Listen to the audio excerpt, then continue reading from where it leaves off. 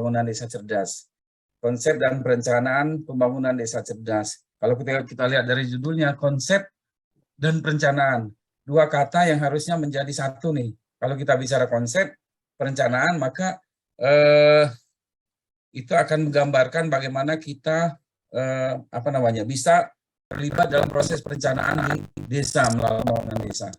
Kita tahu kemarin diskusi awal ada informasi dan bahkan kita tahu bahwa bulan-bulan ini sudah bulan perencanaan di desa. Tahapannya sudah September, Oktober itu sudah tahapan perencanaan untuk tahun 2023.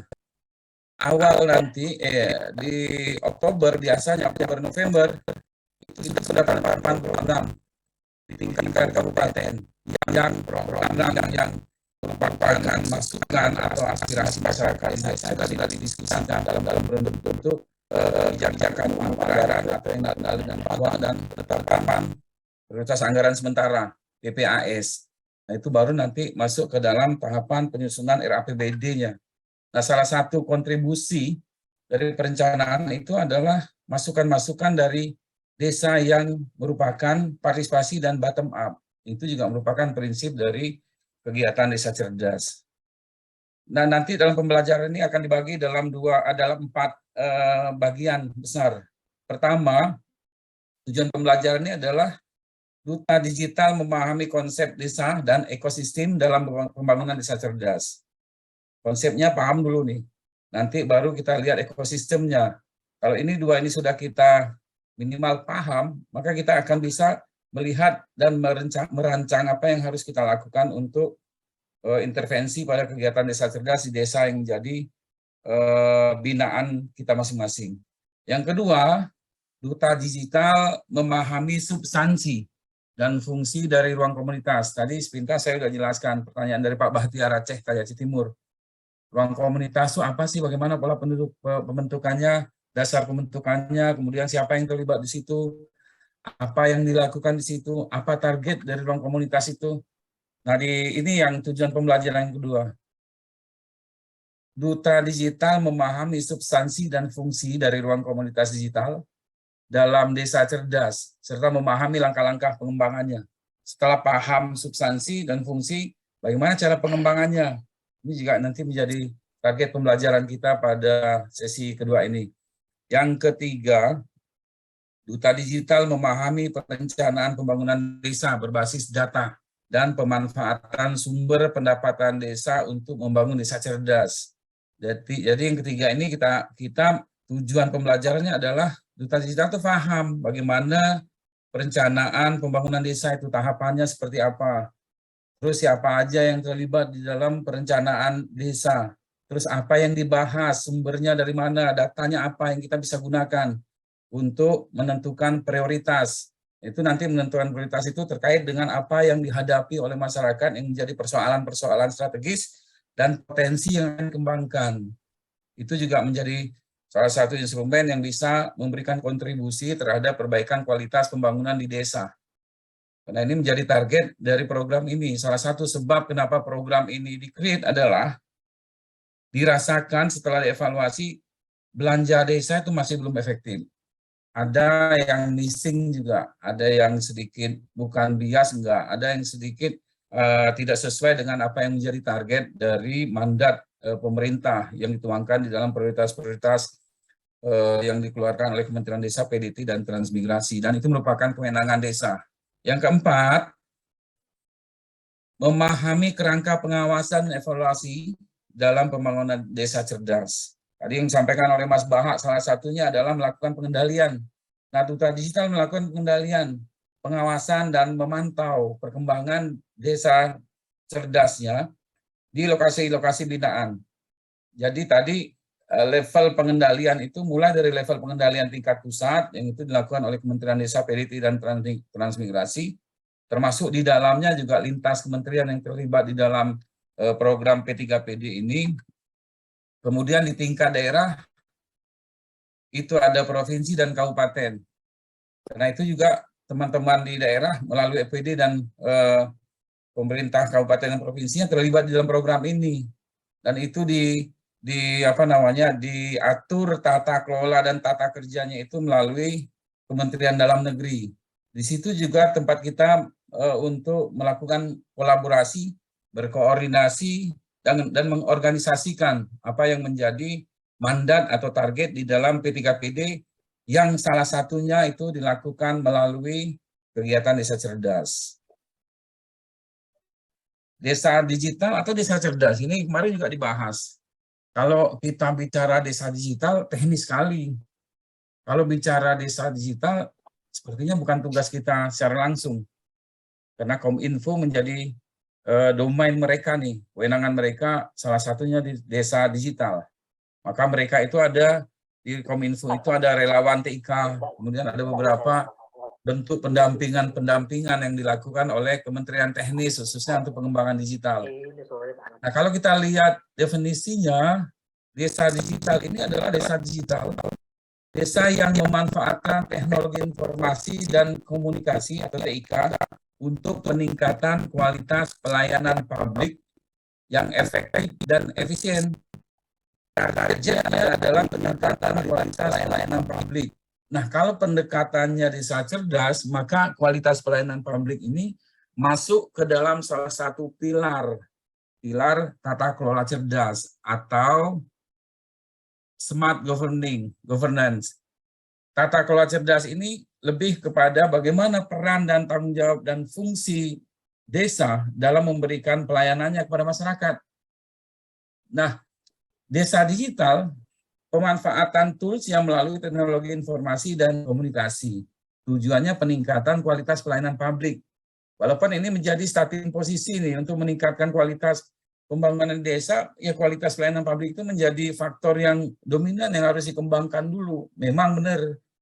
Oleh karena itu nanti kita akan bicarakan apa sih yang menjadi ekosistem dan dari mana kita memulai mengembangkan desa cerdasnya.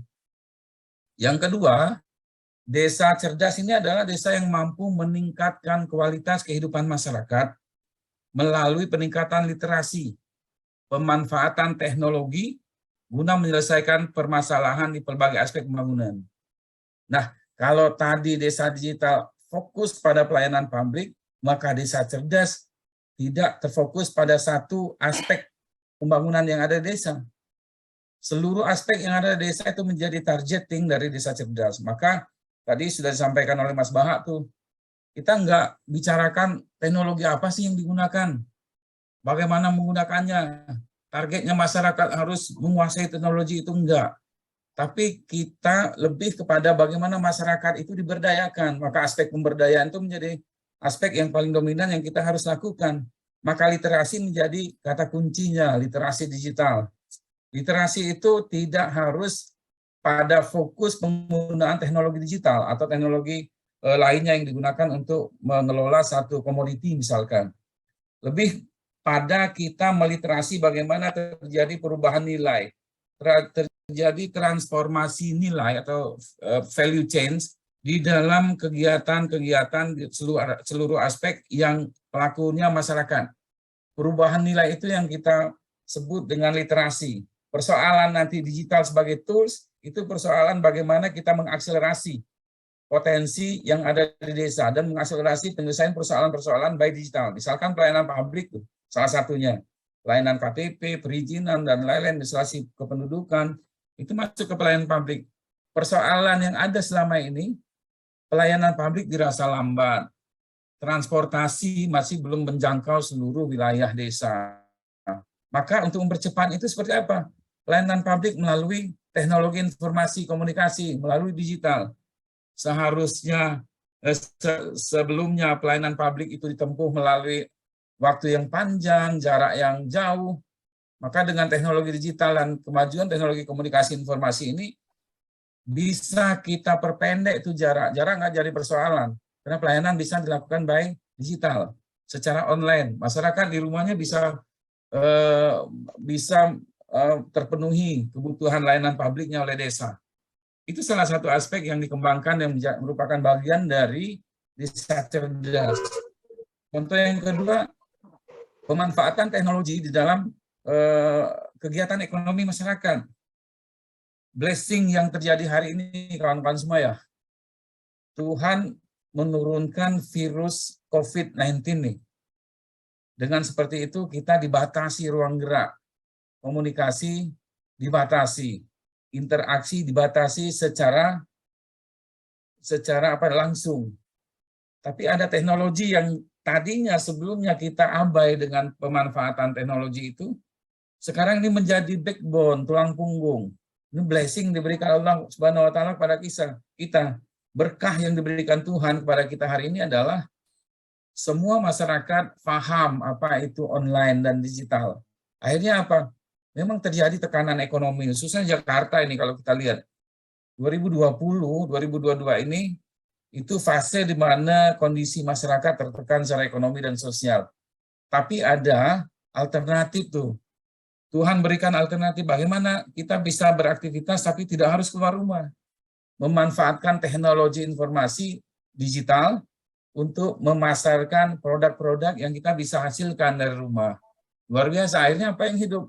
Rangkaian ekonomi, rantai ekonomi yang tumbuh tidak hanya produsen dalam skala rumah tangga, tapi sektor transportasi, ekonomi transportasi yang tumbuh. Kemudian lebih banyak berkembang aspek-aspek lain yang bisa digunakan secara langsung, aksesnya bisa langsung ke sumber-sumber produksi, transportasi meningkat. Ini aspek-aspek yang blessing dari kondisi itu memaksa kita menjadikan digital sebagai platform, sebagai backbone di dalam pelaksanaan interaksi kita. Nah, aspek-aspek ini yang digunakan oleh Desa Cerdas untuk mendukung percepatan peningkatan kualitas pembangunan di segala aspek. Jadi bicaranya pemberdayaan, bicaranya juga pemanfaatkan tools, teknologinya. Jadi tidak melulu bagaimana digital atau teknologi informasi komunikasi itu diintervensi dalam kegiatan desa, tapi bagaimana aktivitas masyarakat dapat diintervensi dan meningkatkan kapasitasnya melalui literasi.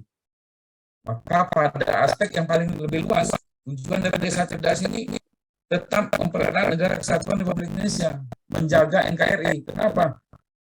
Dengan literasi, berita-berita pecah belah yang hoax tidak ada tanggung jawab setiap informasi itu kita bisa berikan edukasi kepada masyarakat melalui program komunitas digital. Masyarakat yang ada di dalam komunitas digital yang merupakan representasi dari masyarakat yang ada di desa, itu bisa diedukasi, diliterasi mereka, sehingga mereka bisa memilah mana informasi yang bisa dipertanggungjawabkan dan bisa dijadikan pedoman, mana informasi yang sifatnya bercanda.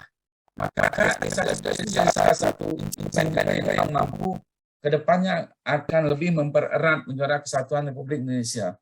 Disintegrasi itu bisa kita cegah melalui Desa Cerdas, dan banyak aspek yang kita bisa lakukan melalui Desa Cerdas ini. Berikutnya aspek pembangunan Desa Cerdas. Aspek pembangunan Desa Cerdas meliputi pemenuhan kebutuhan dasar pembangunan sarana dan prasarana, pengembangan ekonomi lokal, dan pemanfaatan sumber daya alam dan lingkungan. Ini termuat dalam Undang-Undang Desa Nomor 6 Tahun 2014. Di Undang-Undang Desa disebutkan, apa sih aspek dalam pembangunan desa disebutkan tuh, kebutuhan dasar pembangunan, sarana prasarana, pengembangan potensi ekonomi lokal, pemanfaatan sumber daya alam dan lingkungan. Nah, aspek-aspek di dalam Undang-Undang Nomor 6 2014 Pasal 78 khususnya ini merupakan pilar yang diterjemahkan di dalam Desa Cerdas. Nah, aspek ini diterjemahkan dalam pilar. Nah, pilar-pilar ini nanti yang menjadi targeting kita, bagaimana kita mewujudkan pilar-pilar itu dalam setiap aspek yang diterjemahkan ini. Langkah-langkahnya seperti apa, bagaimana perencanaannya dan lain-lain yang kita lakukan dalam pengembangan kegiatan Desa Cerdas. Yang kedua, kegiatan Desa Cerdas melalui pemanfaatan teknologi informasi dan komunikasi menjadi salah satu sektor prioritas dalam penggunaan dana desa yang diprioritaskan untuk dapat mendorong pencapaian SDGs desa. Tadi yang disampaikan Mas Baha juga tuh, sebenarnya di Permendes nomor 7 tahun 2021 prioritas penggunaan dana desa sudah muncul tuh kegiatan yang itu merupakan bagian dari Desa Cerdas. Salah satunya teknologi informasi dan komunikasi. Sektor prioritas yang itu menjadi acuan bagi desa untuk mengalokasikan dana desanya. Jadi kalau dibilang nggak ada tuh Pak kegiatan Desa Cerdas yang diprioritas nggak bisa digunakan, enggak. ada sudah slotnya dan itu merupakan prioritas yang itu dimandatkan melalui surat atau peraturan Menteri Desa. Udah ada mandatnya untuk mengalokasikan kegiatan itu. Tapi bentuknya bukan desa cerdas yang seperti kita konsepkan ini. Lebih bagaimana pemanfaatan teknologi informasi di dalam sektor prioritas penggunaan dana desa. Lebih kepada itu. Nah, sisanya yang kewenangan-kewenangan lain di dalam pilar itu sudah merupakan terjemahan atau pengejawantahan dari kewenangan yang ada di desa. Jadi bukan lagi hal baru nih, kewenangan di desa itu nggak mencerminkan desa cerdas, enggak. Justru desa cerdas ini dikonsolidasikan apa yang menjadi kewenangan desa, sehingga desa itu lebih mudah melaksanakannya. Kenapa? Prosesnya melalui pemetaan, prosesnya melalui brainstorming, prosesnya melalui partisipasi. Ini yang dilakukan melalui desa cerdas. Maka tingkat deviasinya di dalam implementasi APBDes misalkan, itu akan bisa kita perkecil. Kenapa? Diproses melalui bottom up, atas dasar pemetaan dan asesmen, dan ini diformulasikan dalam kebijakan yang itu dialokasikan melalui dana yang ada di desa. Tidak hanya dana desa nih, bisa dana-dana lain yang ada di desa itu bisa dimanfaatkan untuk pengembangan desa cerdas. Kalau kita hanya terpaku dengan dana desa, maka ruang kita semakin kecil. Kita hanya memanfaatkan dana desa yang ada di desa juga. Dan hanya 1 miliar, proporsinya sudah dibagi lagi teman-teman diskusikan kemarin. Perpres 114 itu sudah 104 ya. Itu sudah proporsinya dibatasi, sekian persen untuk BLT, sekian persen untuk ketahanan pangan, sekian persen untuk ini.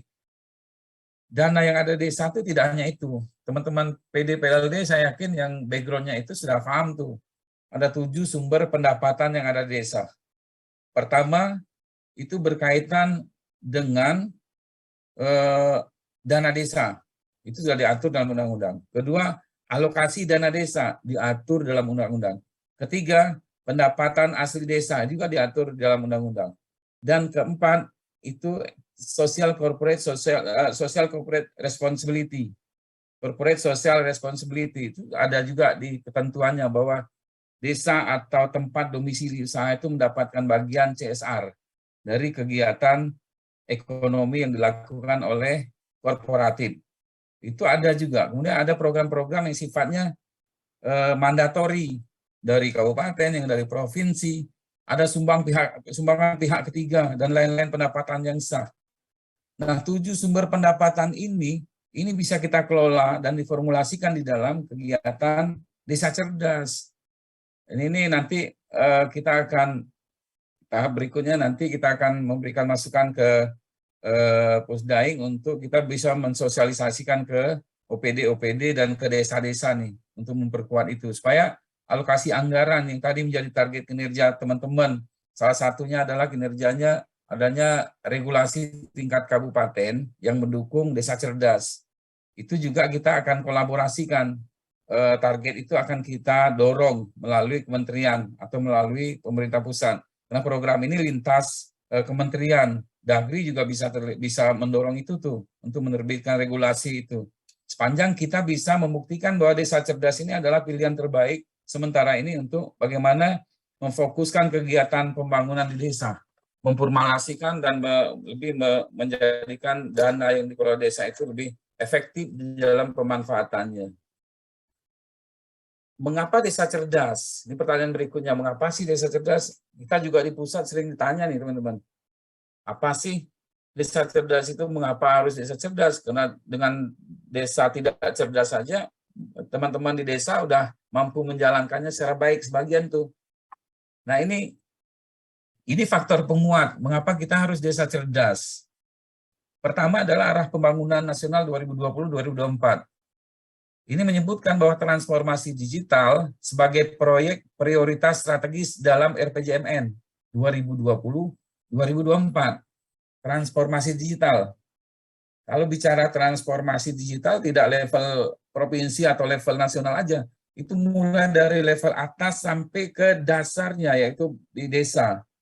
Kalau bicara transformasi digital, maka pemberlakuan transformasi itu tidak pada segmented tertentu. Bicara transformasi tidak pada segmen nasional atau segmen provinsi, enggak. Bicara transformasi digital merupakan target kita bersama. Oleh karena itu ini menjadi faktor penguat mengapa desa cerdas ini penting untuk kita create, untuk kita kembangkan di desa-desa, khususnya 3.000 desa yang menjadi target. Yang kedua adalah percepatan program prioritas nasional, desa digital, desa wisata.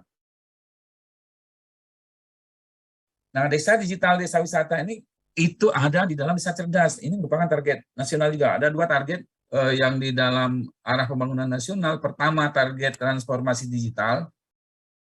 Kedua, percepatan program prioritas nasional, desa digital, desa wisata.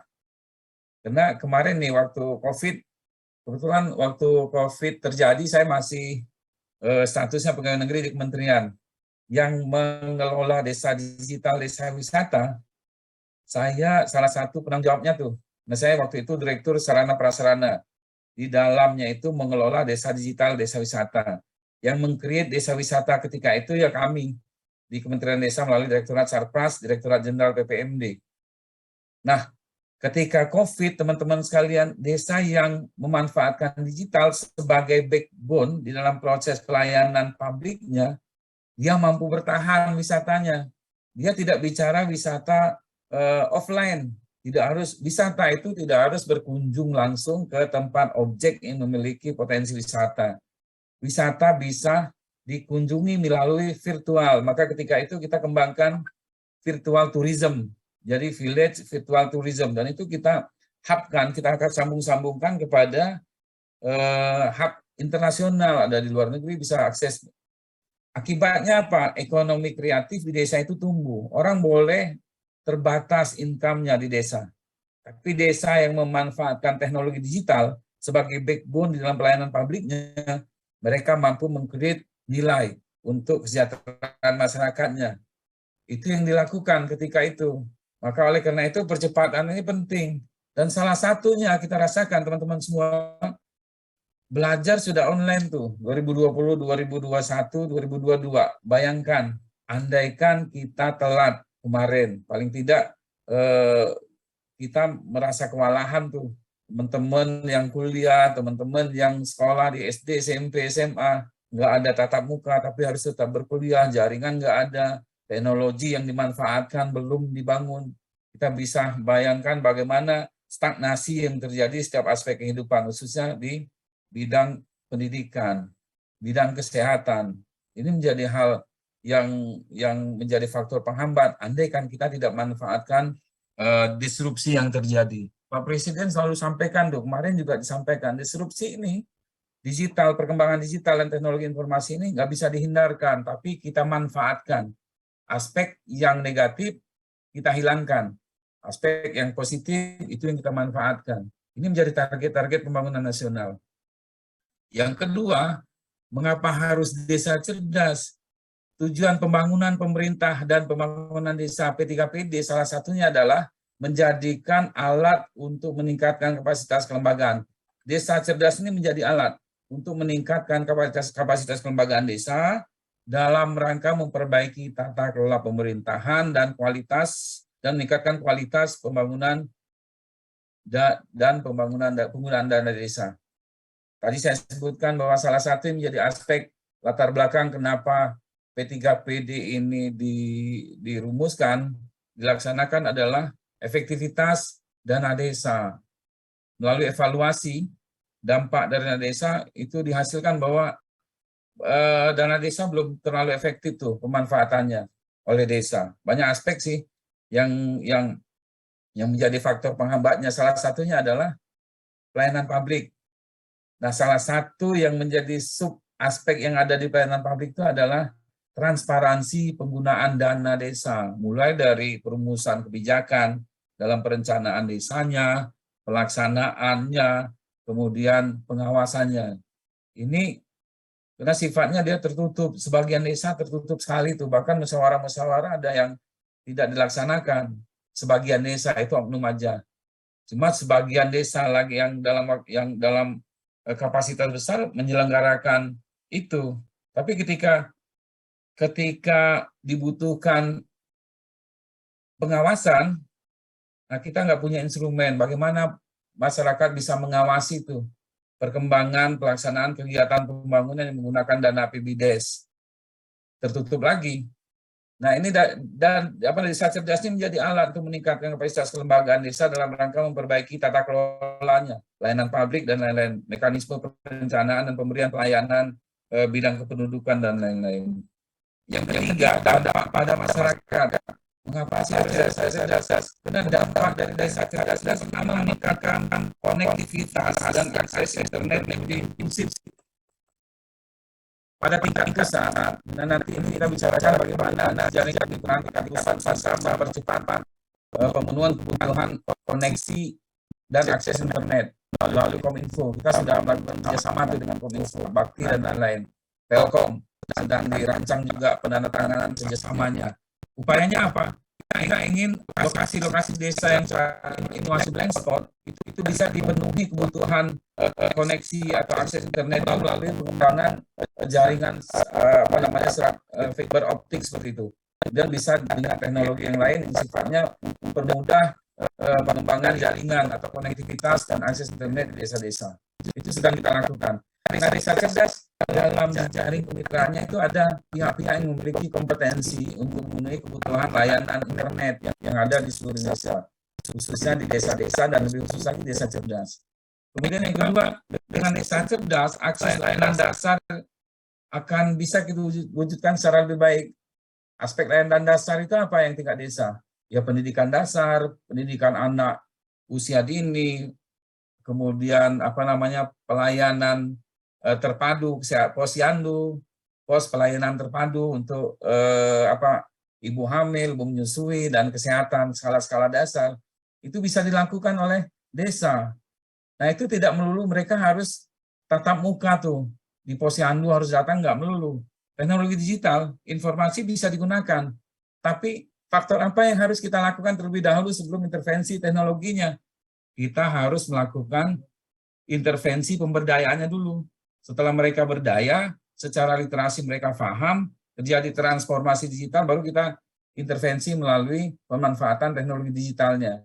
Membangun aplikasi.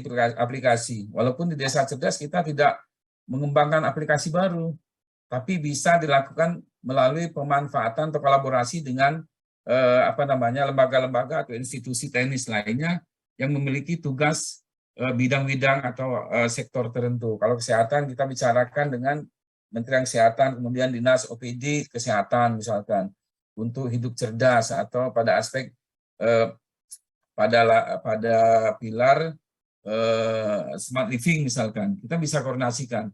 Maka kemampuan berkoordinasi ini menjadi penting.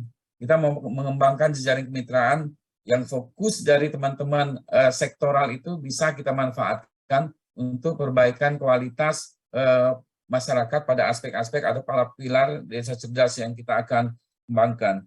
Yang ketiga, pemberdayaan masyarakat dalam pemecahan masalah lokal desa. Ini saya sampaikan tadi, dampaknya itu pemberdayaan masyarakat dalam pemecahan persoalan.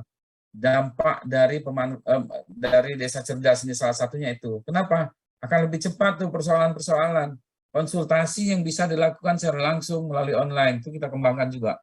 Itu bisa dipecahkan secara bersama, baik secara online maupun nanti pada aktivitas ruang komunitasnya. Semua persoalan itu akan dibincangkan di dalam ruang komunitas, dan itu menjadi awal bagaimana aspirasi itu disalurkan di dalam proses perencanaan pembangunan desa.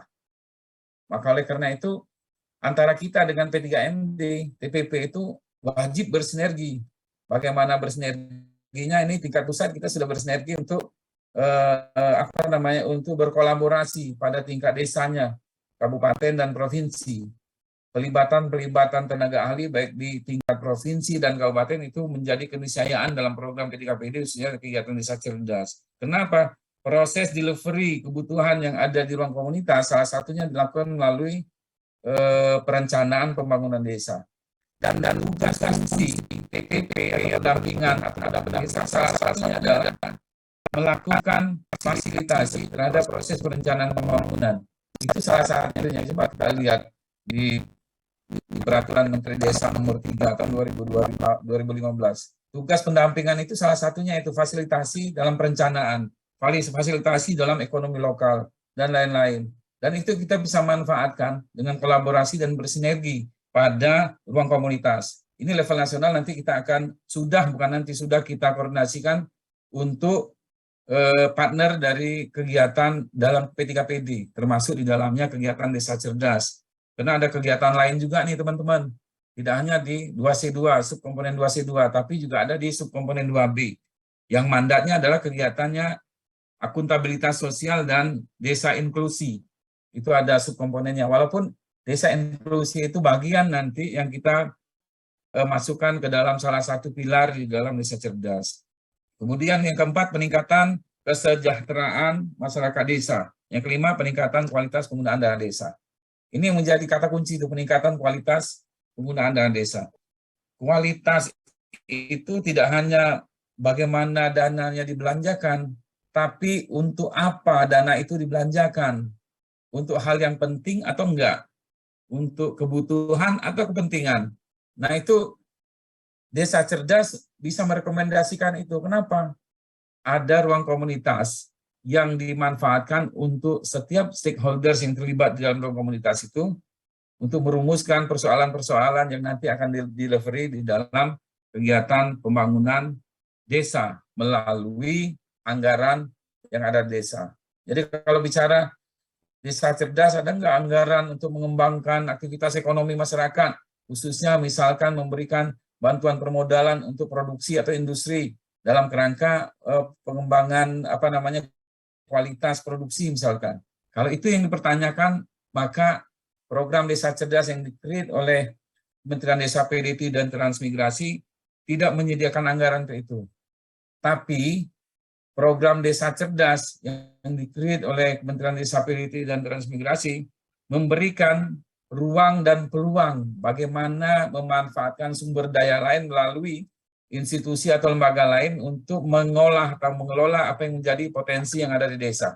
Jadi eksekutornya bukan duta digital di situ, tapi pihak-pihak yang kita asesmen memiliki kepentingan dan memiliki kapasitas untuk melaksanakan atau meningkatkan kualitas pada pilar-pilar di Desa Cerdas itu. Kemudian yang berikutnya,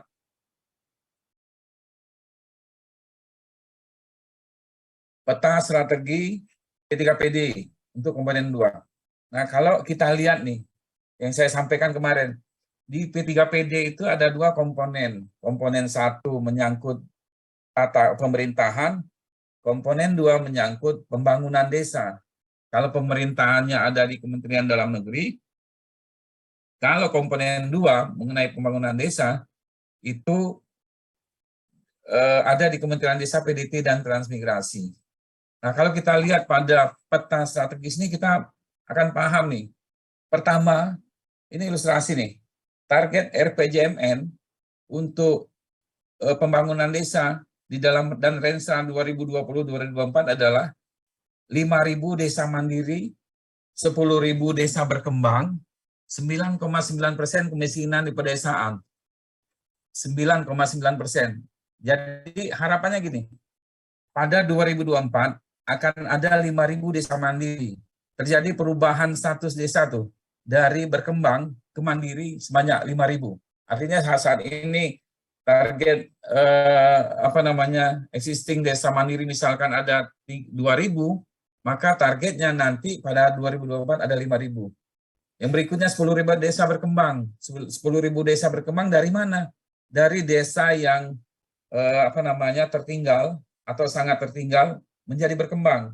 Targetnya adalah mengurangkan jumlah desa yang tertinggal, sangat tertinggal, berubah status menjadi mandiri sebanyak 10.000 desa.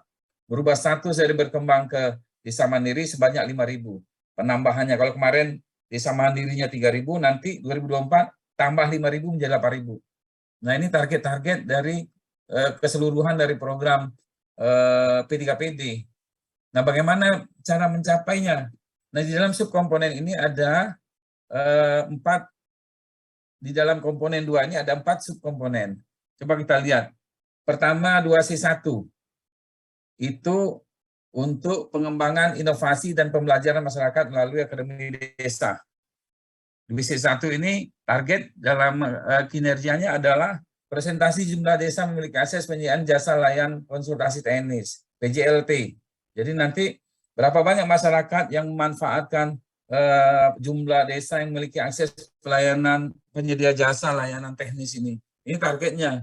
Itu menjadi KPI atau Key Performance Indicators yang kita akan wujudkan pada akhir program, yaitu 2024. Yang kedua 2C2. 2C2 ini kita nih, desa cerdas, kegiatannya desa cerdas, tapi penamaan subkomponennya adalah subkomponen 2C2, pengembangannya desa cerdas. Targetnya juga platform pembelajaran komunitas dibangun dan dapat diakses. Yang ketiga adalah penguatan infrastruktur data dan pengembangan aplikasi digital.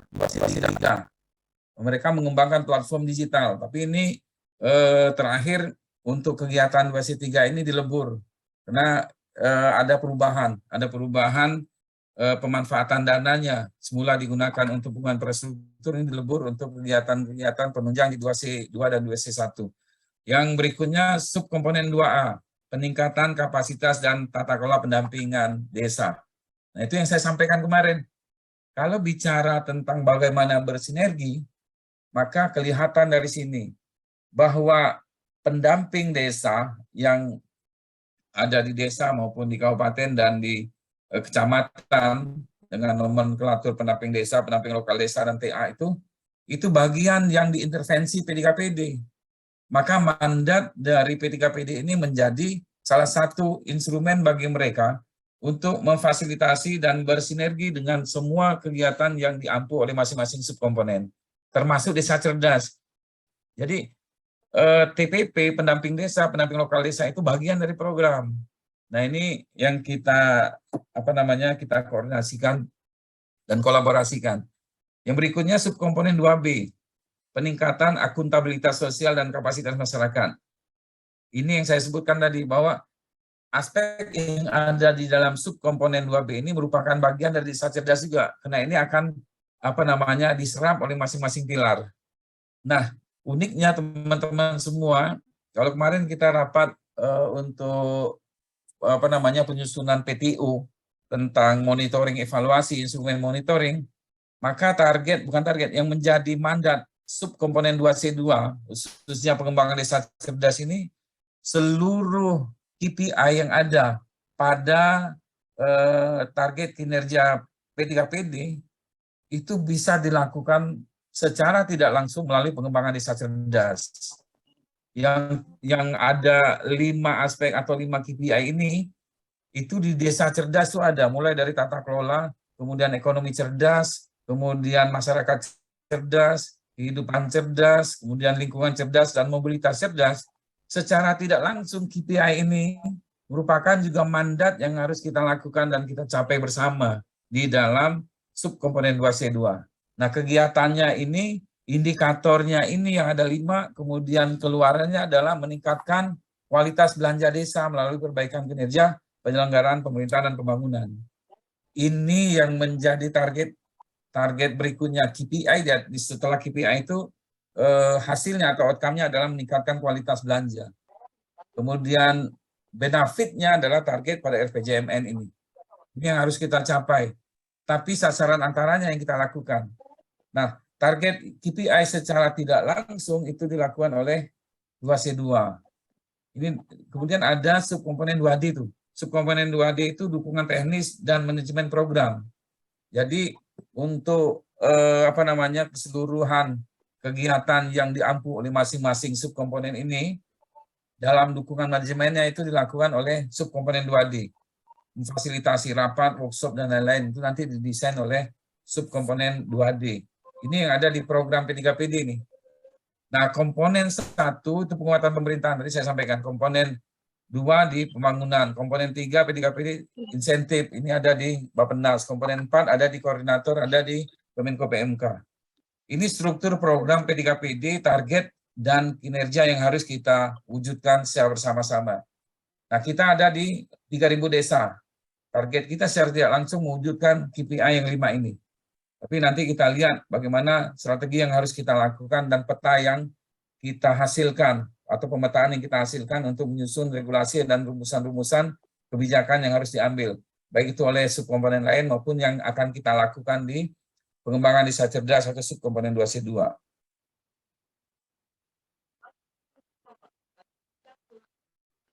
Kemudian yang berikutnya adalah komponen 2C2 desa cerdas. Ini kita ambil sumbernya dari Bappenas. Apa yang menjadi arah intervensi? Pertama adalah arah intervensi dari desa cerdasnya adalah pengembangan sistem data digital smart village. Sistem data digital smart village. Ini nanti ada yang mengembangkan, ada kegiatan juga di tingkat pusat, teman-teman semua, untuk mengembangkan platform smart village. Nanti ini yang menjadi rumah besarnya dari smart village. Nah, apa yang dilakukan ini adalah untuk mengkonsolidasikan data. Ini juga bukan merupakan target langsung teman-teman, bukan, tapi ini merupakan arah dari kegiatan smart village ini seperti apa. Harapannya ke depan desa itu, data itu tidak lagi data yang tidak mampu dikonsolidasikan. Jadi datanya mencar kemana-mana, datanya juga tidak terintegrasi. Gitu. Nah, ke depan kebijakan nasional, arahan Presiden dan perintah Bapak Presiden, data di Indonesia akan menjadi data yang single. Jadi hanya ada data satu, sumbernya dari desa misalkan. Cuma ada platform yang kita kembangkan, itu bisa diintegrasikan kepada wali data skala nasional. Nah, wali data nasional itu dimandatkan kepada Kementerian Kominfo. Jadi wali data nasional ada Kominfo. Nah, siapa yang mengkontribusikan itu ada di masing-masing kementerian teknis sebagai pengolah data, termasuk di dalamnya Smart Village. Nah, harapannya arah intervensi yang kita lakukan pada Smart Village ini adalah pengembangan sistem data digital Smart Village. Ada platform yang kita desain untuk bisa dimanfaatkan dan bisa mengkonsolidasikan semua platform yang dikembangkan di desa melalui pengembangan aplikasi-aplikasi. Kita lihat selama ini nih, sampai hari ini banyak sekali desa yang mengembangkan aplikasi-aplikasi karena memang belum dikonsolidasikan secara formal oleh pemerintah. Jadi lebih pada bagaimana inovasi yang dikembangkan oleh desa untuk mempermudah layanan publik yang merupakan kewenangan di desa. Tidak salah juga sih, karena memang belum diatur secara baik. Nah, sementara aplikasi itu kita konsolidasikan, maka aplikasi itu tidak akan kita intervensi dalam program ini. Tetap dimanfaatkan sesuai dengan kearifan lokal yang ada di desa. Yang kedua, intervensi adalah pengembangan sistem verifikasi dan update data Smart Village. Bagaimana sih update data Smart Village? Nah, ini juga akan dikembangkan di level nasional. Kita tahu bahwa bicara Smart Village ini basisnya adalah data. Nah, mau sumber datanya SDGs dan lain-lain, semua basisnya data. Nah, pelaku-pelaku pada Smart Village ini adalah dalam bentuk pendampingan. Di dalam Smart Village ini ada ruang komunitas, di dalamnya ada masyarakat yang terlibat. Pendataan yang dilakukan melalui mekanisme seperti itu. Pengembangan sistem verifikasi dan update data itu bisa semakin cepat. Kenapa? Ada kegiatan yang terkonsolidasi dalam ruang komunitas digital. Ada masyarakat yang terlibat, yang mewakili atau merepresentasikan kelompok-kelompok masyarakat. Ada kelompok marginal, kelompok perempuan, kelompok pemuda, kelompok ekonomi mikro, kelompok-kelompok pelaku-pelaku budaya dan lain-lain. Itu dikonsolidasikan dengan di desa cerdas melalui ruang komunitas digital. Dengan seperti itu maka memudahkan untuk pengembangan sistem verifikasi dan update data secara cepat. Nah, harapannya seperti itu, arah intervensinya seperti itu. Mekanisme verifikasi dan validasi yang dilakukan itu menjadi output. Bagaimana cara melakukannya itu bisa kita lakukan di dalam aktivitas ruang komunitas digital. Kemudian yang berikutnya arah intervensinya adalah penggunaan sistem Smart Village untuk perencanaan dan pengawasan desa. Sistem yang kita kembangkan di kegiatan Smart Village ini, setelah kegiatan ini berakhir, maka blueprint-nya dimanfaatkan untuk penggunaan sistem pengendalian perencanaan dan pengawasan. Kenapa? Di dalam Smart Village kan kita mendorong untuk meningkatkan pemanfaatan teknologi informasi digital dan lain-lain.